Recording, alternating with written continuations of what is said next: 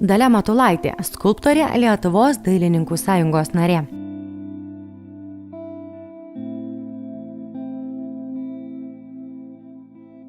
Profesorė Dalia Matulaitė viena žymiausių šiandienos Lietuvos skulptorių, kurianti didingų mastelių ir formų kūrinius. Per 4 savo veiklos dešimtmečius Dalia Matulaitė sukūrė daugybę įsimintinų ir šaliai reikšmingų skulptūrų, žadinančių tautos atmintį ir pagarbą lituanistiniam paveldui. Šiandien profesorė aktyvi Lietuvos dailininkų sąjungos narė prisimena menininkės karjeros kelią. Iš tikrųjų, kai aš stojau į dailės institutą, tai buvo 61 metai. Pirmais metais neįstojau ir buvo gėda grįžti namo, nuvažiavau į Kauną, įstojau į Žemės ūkio akademiją, Žemės ūkio, agronomiją. Pasiruošiau ir per 2 metus vėl grįžau, stojau ir tais metais jau grynieji menai, skulptūra, grafika, tapyba jau buvo panaikinti.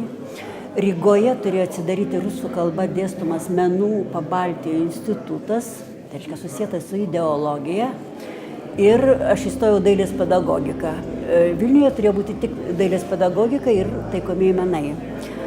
Ir mūsų mokytojai per metus sugebėjo apginti, mūsų profesoriai apginti aukštąją meno mokyklą, kad jinai turi būti vėl sugrąžinta į Vilnių ir pati savo netikėtai, neturėdama žalio supratimo, kas tai yra skulptūra, aš staiga šokte įšokau į skulptūrą.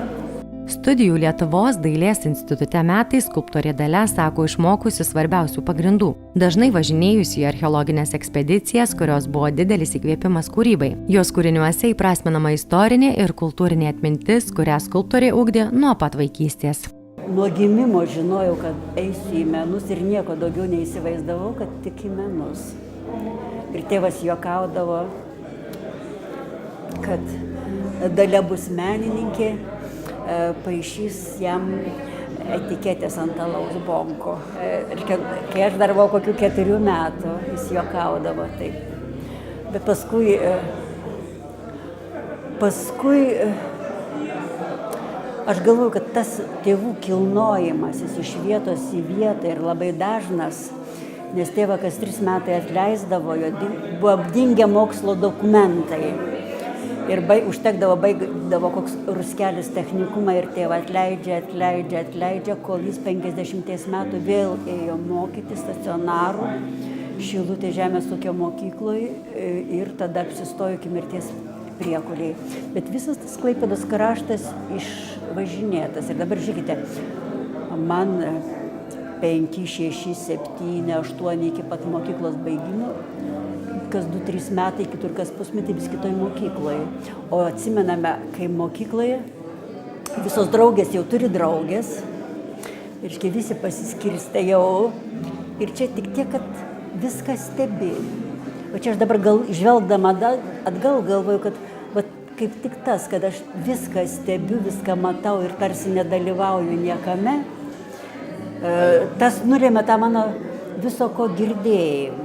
Kaip dygsta žolė, kokia kryptimi vėjas lenkia medžius, kaip atrodo slankstelis, štai kas Daliai Matulaitei buvo įdomu. Nuolatinis domėjimasis aplinka lėmė išlavintą viso ko pajutimą. Aš nebuvau labai stropi mokytoja, bet kas buvo mano meilė, tai buvo geometrija. Aš spręsdavau per naktis, kad nuo manęs klasės pirmų nenusirašytų. Čia buvo mano garbės reikalas.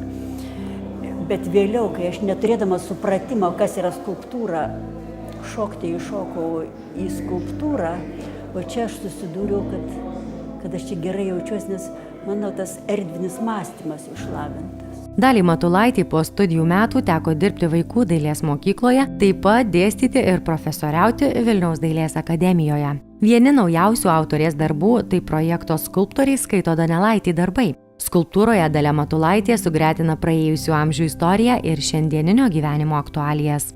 Taigi įdomu paklausti, kokios savybės padėjo nueiti tokį gražų kūrybinį ir profesinį kelią. Per laiką, ką aš supratau, ko nežinojau, kad turiu, bet paveldėjau tėvų valią.